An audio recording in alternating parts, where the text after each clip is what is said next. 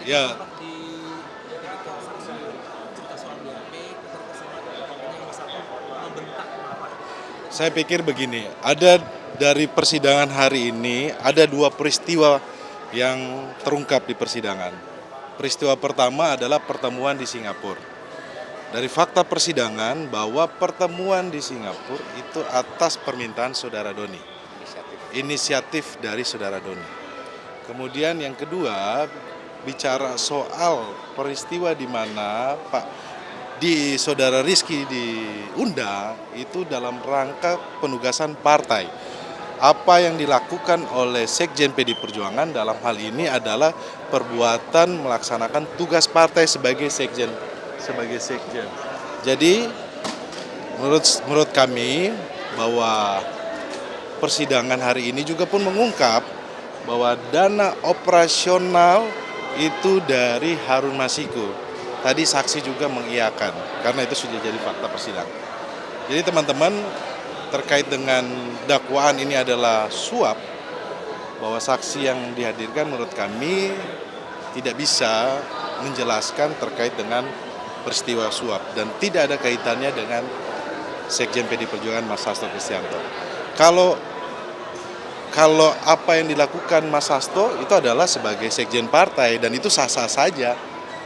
Dalam hal ini melaksanakan tugas sebagai sekjen partai karena ada apa? Ada putusan Mahkamah Agung, ada fatwa Mahkamah Agung. Itu yang dilaksanakan oleh Mas Hasto. Jadi dua peristiwa ini harus kita lihat bahwa ini bukan perbuatan pribadi ketika Mas Hasto ketemu sama saudara Rizky, karena perbuatan dari Mas Hasto ini adalah sebagai sekjen partai dalam hal melaksanakan putusan Mahkamah Agung dan fatwa Mahkamah Agung. Oke teman-teman, ada yang mau tambahin? Saya tambah sedikit. Jadi kita mulai sidang jam 9. Berakhir jam 13.30. Ya. Ya 13.30. Pertanyaan kepada Bapak Ibu yang menyaksikan sidang dari pagi sampai sekarang. Ya. Keterangan saksi apa yang disampaikan oleh Rizky yang pada hari ini hadir? Jangan yang membuktikan deh. Yang memberatkan aja, ada nggak? Sekali lagi ini kasus suap loh. Bukan kasus sengketa pemilu. Bukan perkara mengganti ya antar waktu. Bukan ya perkara sengketa partai. Ini perkara suap. Sudah 8 orang saksi sejak awal sampai Rizky dipanggil. Pertanyaannya, siapa yang melihat langsung? Ya, mengalami langsung. Mengetahui langsung bahwa Pak Hasto Kristianto terlibat? Nggak ada. Itulah yang disebut dari awal oleh Pak Sekjen, Pak Hasto, oleh tim penasehat hukum. Ini perkara daur ulang. Ya. Tapi dengan terdakwa yang berbeda. Kalau begitu, ya, maka sekali lagi sampai pada hari ini, tanggal berapa? Tanggal 7 Mei 2025 sudah diperiksa 8 orang saksi.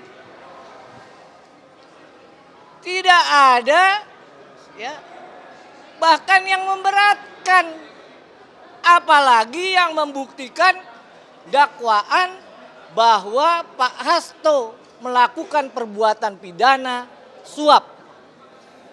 Nanti kalau Pak Maldira ada, dia akan bilang, apalagi tidak ada saksi yang dihadirkan untuk membuktikan obstruction of justice.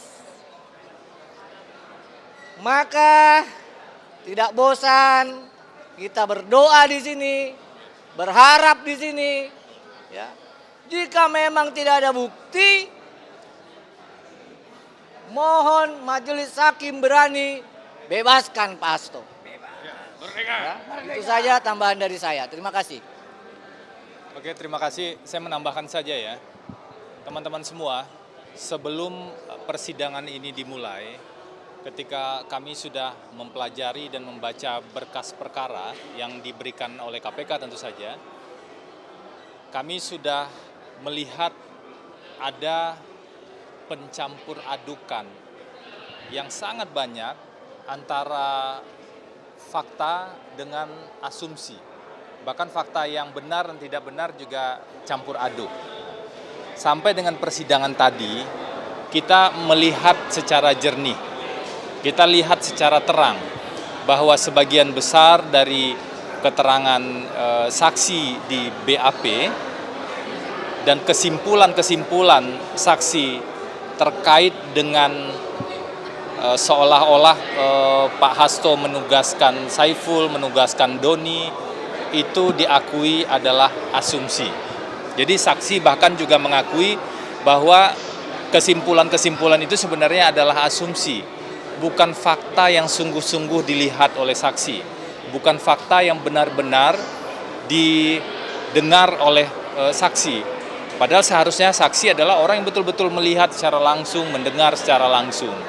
Nah, 8 orang saksi yang sudah diperiksa ini semakin memperkuat memang ada bangunan asumsi yang dipaksakan dalam perkara ini seolah-olah itu menjadi fakta tentang tuduhan keterlibatan Pak Hasto.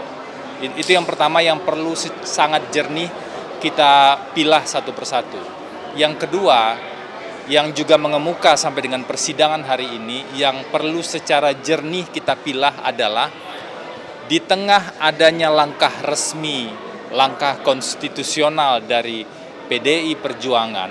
Jadi di tengah langkah resmi dan langkah konstitusional PDI Perjuangan, ada beberapa orang yang menelikung untuk kepentingan pribadi mereka untuk mendapatkan uang, seolah-olah kemudian mengurus dan mengatasnamakan Sekjen PDI Perjuangan Hasto Kristianto.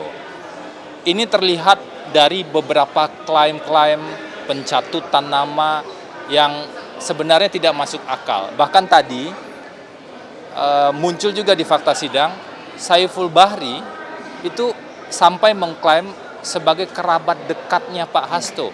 Cucunya Pak Hasto. Agar orang percaya kan. Kemudian mengklaim punya akses ke KPU, mengklaim punya akses ke Bawaslu. Padahal dalam komunikasi yang lain, Saiful Bahri bersama Doni Tri Istiqamah mengatakan bahwa dia mau narik uang dari Harun Masiku di fakta-fakta sidang sebelumnya. Jadi kita perlu secara jernih memilah hal tersebut. Pertama, memilah antara fakta dengan asumsi.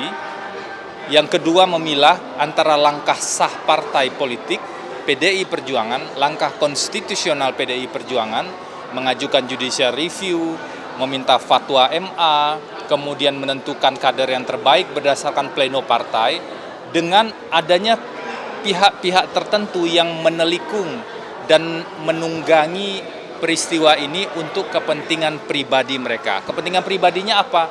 Kepentingan pribadinya adalah uang, dan fakta itu sudah muncul. Minta dana operasional, mau cari dana operasional 2,5 miliar, kemudian turun lagi 1,5 miliar. Padahal Wahyu Setiawan mengatakan dia hanya terima 150 juta. Ada pihak-pihak yang memang memanfaatkan dan menyalahgunakan situasi untuk mendapatkan keuntungan pribadi. Nah, itu yang perlu dipilah secara jernih, dan menurut kami semakin terang dari rangkaian persidangan sampai dengan persidangan saat ini. Bahkan tadi dimunculkan juga Saiful mengatakan dia sudah pesan kamar, dia sudah booking kamar seolah-olah dibiayai oleh DPP.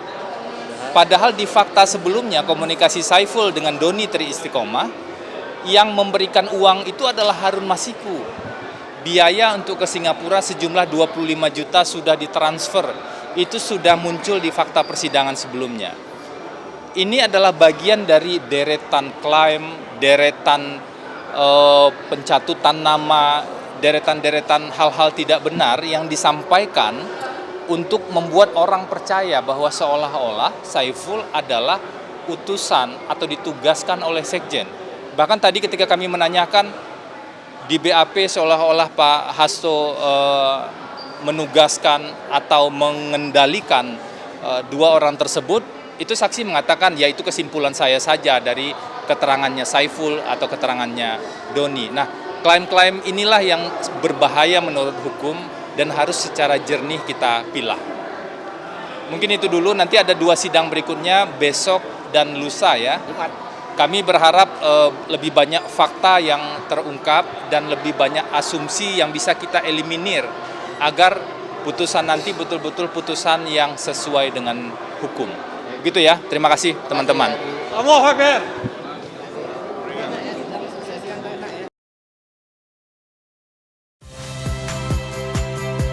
Saya Friska Clarissa.